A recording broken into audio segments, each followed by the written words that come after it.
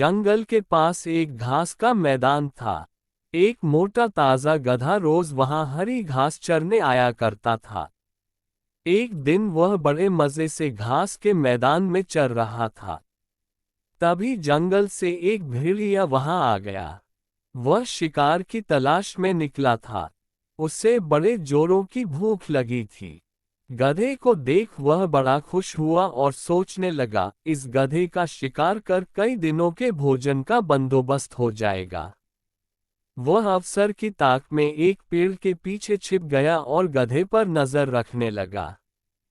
घास चरते गधे ने उसे देख लिया था और वह समझ गया था कि भेड़िया उसे मारने की फिराक में है।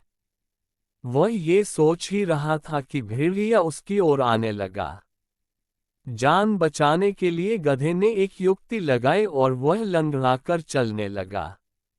उससे यूं लंगड़ाकर चलते देख भेड़िए ने पूछा, क्यों? क्या बात है? तुम यूं लंगड़ाकर क्यों चल रहे हो?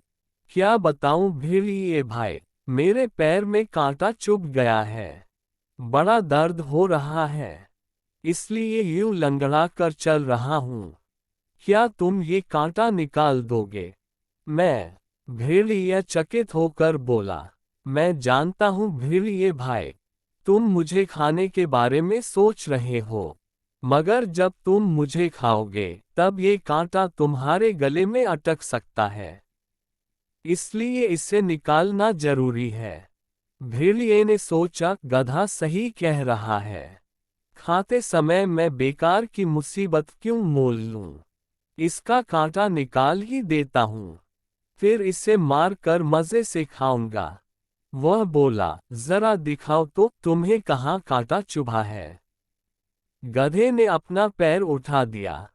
भेड़िया उसके पैर के पास गया और कांटे को ढूंढने लगा। जब गधे ने देखा कि भेड़िए का ध्यान पूरी तरह से उसके पैर पर है, तो उसने एक जोरदार दुलत्ती उसको मार दी। भेड़िया दूर फिनका गया। उसका सिर चकरा गया था। उसे दिन में तारे नजर आ गए। जब वह संभला और उठा तो देखा कि गधा उसकी पहुंच से बहुत दूर भाग चुका है। इस तरह अपनी सूझबूझ से गधे ने अपनी जान बचाई। भेड़िया सोचने लगा, जो काम मेरा नहीं बल्कि वैद्य का था, अर्थात कांटा निकालने का काम, उसे करने के चक्कर में मैंने दुलत्ती भी खाए और अपने शिकार से हाथ धो बैठा। आइंदा से उस काम में कभी हाथ नहीं डालूंगा जो मुझे नहीं आता। विपत्ति के समय सूझबूझ से काम लें। जो काम अपना नहीं है उसमें जबरदस्ती दखल न दें, अन्यथा लेने के देने पड़ जाएंगे।